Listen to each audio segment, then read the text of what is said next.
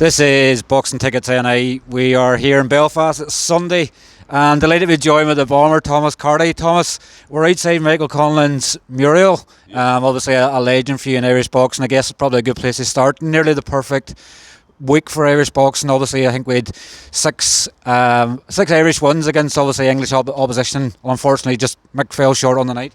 Yeah, absolutely.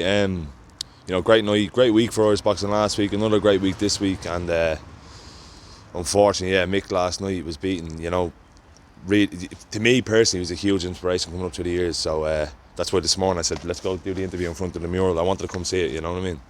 I guess obviously I know you obviously were in I've seen pictures obviously you and him baby faced obviously in the amateur setup. Obviously you came through the amateur code with him. I guess unfortunately as we're probably seeing in boxing sometimes where Mick was world class as an amateur, unfortunately obviously I think the Leigh Wood fight was sort of, I think it's been well documented, but a minute away from winning. Just seemed to be he's come up short, and unfortunately probably sadly maybe looks like the end for him. I guess after three devastating knockouts and well, obviously last night wasn't classified as a knockout, but three stoppages in less than 2 years, probably the writing's on the wall unfortunately for him.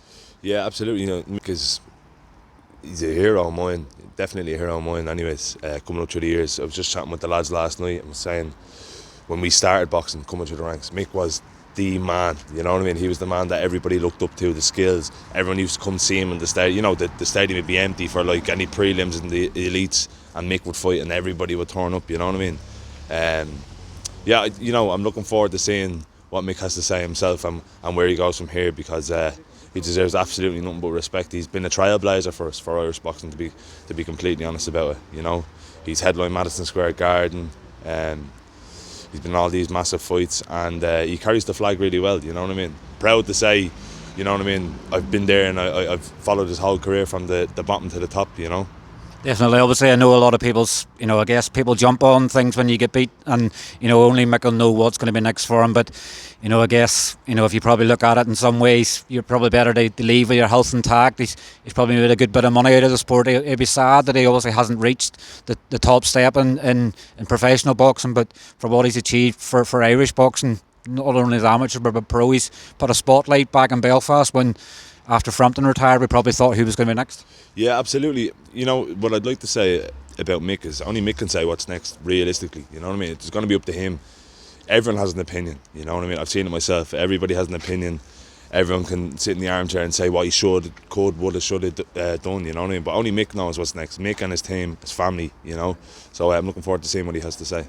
Obviously just on the rest of the card last night, obviously I thought it was very special. Obviously Tyrone McKenna and Lewis Crocker, first battle of Belfast in 40 years, a fitting tribute to Hugh Russell, and what a hard man Tyrone McKenna is. I reckon if probably you sparred him, obviously I know with the heavyweights and everything else, he would still probably just stand there and laugh at you the same way. He's just a different grade. Tough man, unbelievable, what a fight. Credit to both of them. Tyrone McKenna deserves serious props because he stood up some great shots last night. You'd need a baseball bat, and you probably still wouldn't do him in with a baseball bat, you know what I mean?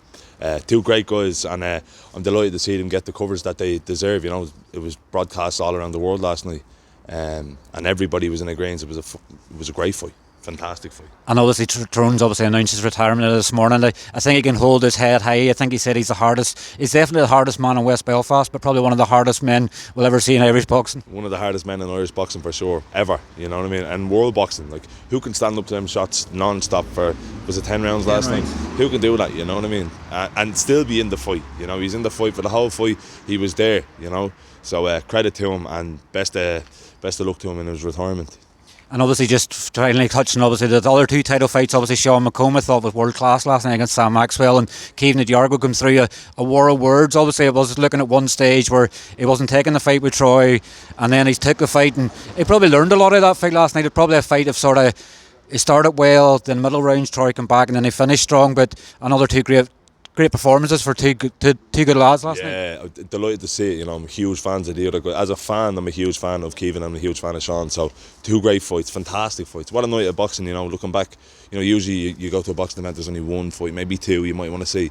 The whole main card that was there last night, and it was it was fantastic, great card. Sean McComb was class, absolutely class, and Kevin Hines or Igarko is world class as well. Two lads are world class, and they showed it last night. So I'm looking forward to seeing them step up and who they fight next, because I can only see big fights for the two lads now. And obviously, just recapping back, obviously, in last week, obviously, Katie Taylor, obviously, I obviously said in the build-up, but obviously I believed that we were going to see the very best of her. I just seen that. I'm not sure how much of it you seen it throughout the week because you were focusing on your own fight, but I thought obviously from the public workout last Wednesday, cricket, 11 days ago now, it feels so long ago, it feels so short but so long, but she said that steely eye about her from the start. Were you surprised by obviously how great she was? I guess everybody wrote her off. Like Frampton was against Santa Cruz in the first fight, nobody predicted him to win, but Katie just showed exactly why she's the greatest athlete that Ireland's ever produced. No, I'm not surprised that, anyone that asked me my opinion on the first fight, Chantal won the first fight. I thought she won it well, but the margins at that level, like you're talking the cream of the crop of women's boxing, the margins at that level are so thin. Anybody can turn it around. Anybody can turn a fight around. You know what I mean? So I wasn't surprised. No, and I think it's probably the best Katie's ever looked. All things considered, a lot of pressure coming back to the Lions Den. You know what I mean?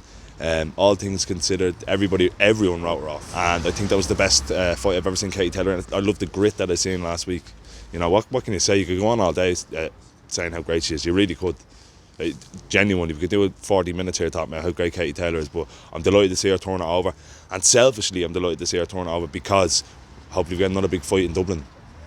Obviously, that's been a great year for you. Obviously, 2-3 arena cards. I know I sort of said to you in the build-up, how can you make the 3 arena more special? I think it was your cousin that Millie, obviously she sung you out and she got to meet Ed Sheeran and stuff as well. Like you said, it was going to be even more special. You probably seem more relaxed in the fact that relaxed obviously in your ring walk and everything else, like you'd experienced sort of that before, but obviously special for the family, obviously, and Millie obviously singing you out. Yeah, special night for the family. I'm delighted it pulled off because it's just something we spoke about. Millie, she sings really well, you know what I mean? It's something we had spoke about, and I'm delighted to see it pull off. Great night for the family, and it even marks an even more special night then for me in my boxing career. I'll always remember that I was on that card there the other night. Millie sang and I fought and I got another knockout and another win on the second Katie Taylor and Chantal Cameron card, because that's a historic fight. I think we'll learn about Katie Taylor still in another 50 years time. People will talk about her achievements. Obviously on the performance itself, you're sort of seen pretty animated during the fight. Obviously Dan Garber just wanted to be someone that was there to take you he wanted to go the distance. Yeah. He obviously talked about he didn't need boxing and things like that. Were you animated, obviously trying to G yourself up? Obviously, you kept shouting out of the ring and things like that. You obviously, I think you were missing the big right bombs and things like that. But I guess that shows you sometimes that people aren't there to win. Like we've obviously spoken in the build-up. He says you only fought journeymen. You fought guys that have won and had really good wins and things since. Yeah. He obviously just pretty much was a journeyman role. He didn't want to get stopped. Even though Christmas is coming up, he's not going to fight. He just wanted to be there to try and spoil the night for you. Yeah, absolutely. I spoke with Dan since he ran for the whole fight, frustrated me, held. I thought he could have been warned for holding a couple of times, because had he have been warned for holding, the fight would have opened up completely then in close. But no excuses. I hold myself to a really high standard. I need to, and I'm going to be better in my next fight. You know what I mean? It's a different look. I haven't seen a look like that. I'm only 7 fights in. Everybody I've fought so far has came running at me. He's the first guy that's actually purposely ran away. I spoke with him. He said he's going to run for the whole fight. I'm waiting till I get tired. Bad game plan because I don't get tired. I guess in some ways it probably shows to you. Obviously, you can't sort of run before you can walk. Sort of, not being too critical sort of you, but obviously maybe cutting the ring off maybe a bit more. I think you sort of headhunted quite a lot. I think you missed quite a lot of right hands. I was screaming at you in the corner to keep throwing to the body, obviously. And as we've seen, obviously when the body shots started to land, they were having the effect, and I guess that's what led to the end. Yeah, absolutely. I think he sent me a message the other day saying I think 4 of his ribs are broken or something like that. So yeah, anytime I went to the body I was landing and doing damage. Should have went to the body earlier, didn't, you know what I mean? Learning curve, it's a cliche, but you can't buy experience. That's the first time I've had a look at a guy that's going to run for the whole fight, and it probably will happen again. And as Dillian White said to me, they don't have to stand there and take the power. Nobody's entitled to stand there. Because he gets in the ring doesn't mean he has to stand and trade with you, which is what I wanted.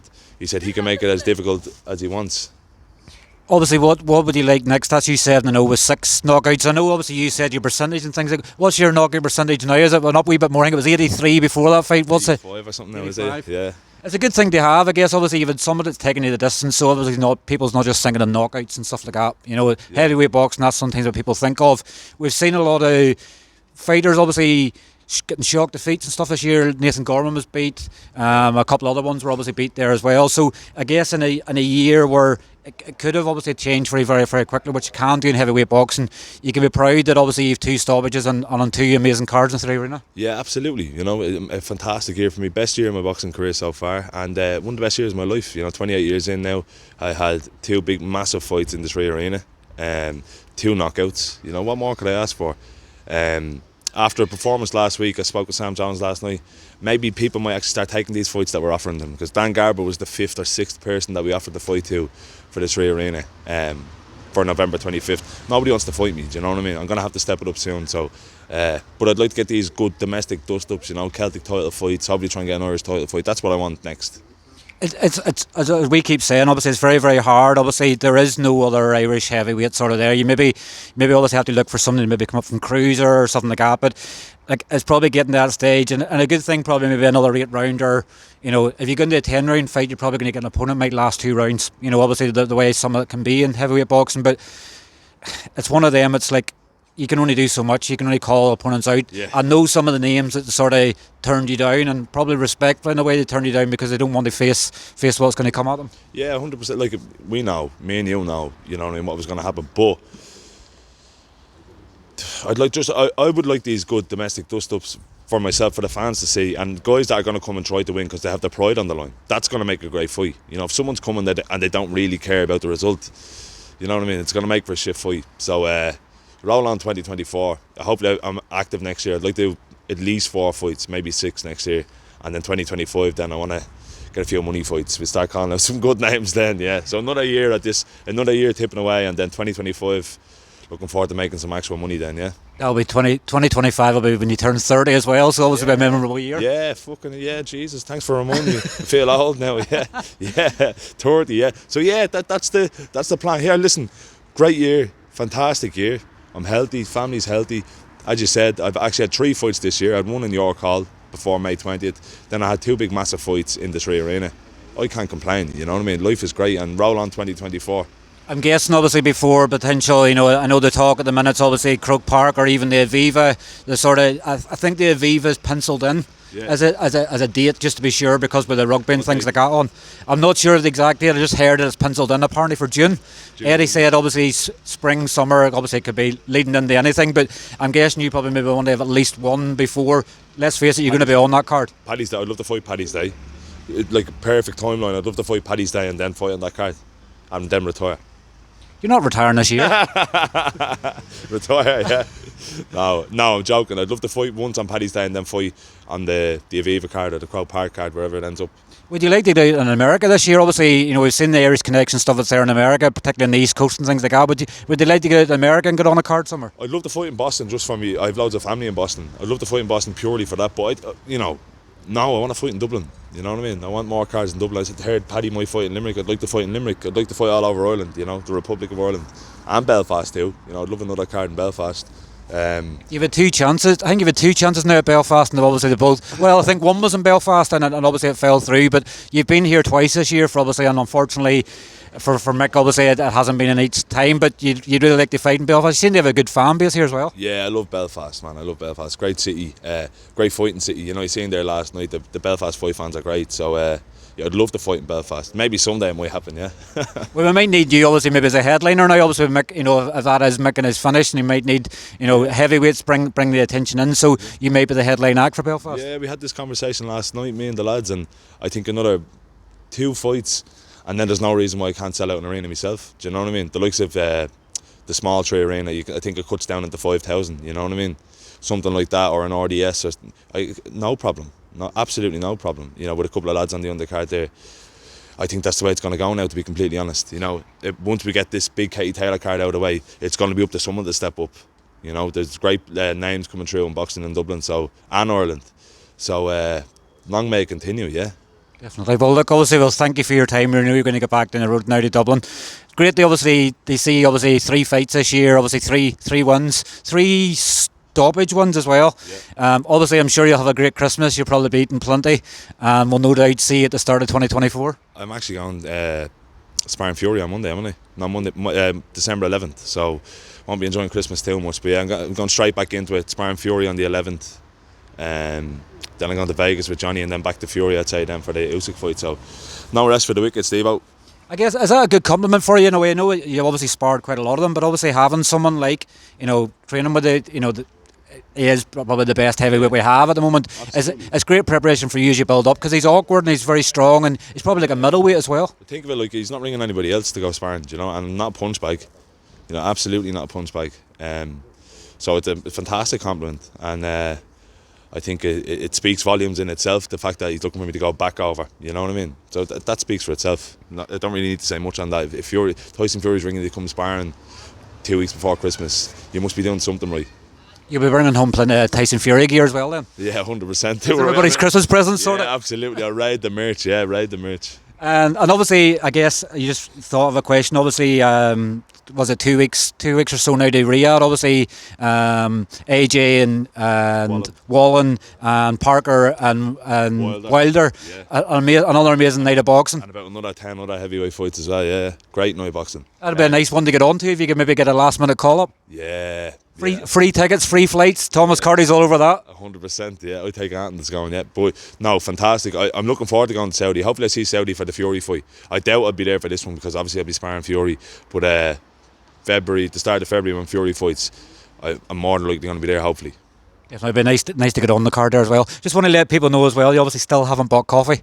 When are we going to get this coffee date sorted? I had this conversation yesterday. People make me out to be tight with money. My ma says it, you say it, the lads say it. I'm not. Where's this come from? There's €50 voucher behind the till for you. Isn't that right? 100%. Who's for them trainers you're wearing yesterday as well? Obviously people said I wouldn't be saying that to his face, but we have this sort of connection that obviously I can get away with saying things that probably others wouldn't. But who's for them trainers? Did he steal them somewhere? No, I paid for them, I use my own money, I paid for them, yeah, absolutely.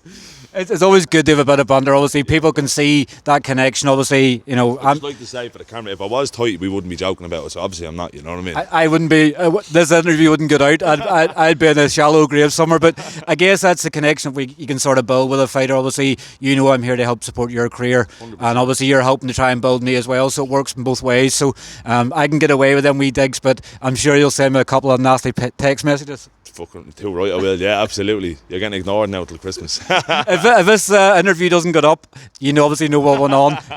But look, it's obviously a pleasure to catch up with you. Obviously, we'll see you next year. Obviously in 2024. Yeah, 100%. Looking forward to it. I don't know when I'll see you now in the new year, but hopefully see you soon. Some sort of a boxing card or pre-KE press conference or something like that. You know what I mean? Well, listen, thanks for your time and enjoy Christmas. 100%, mate. Cheers.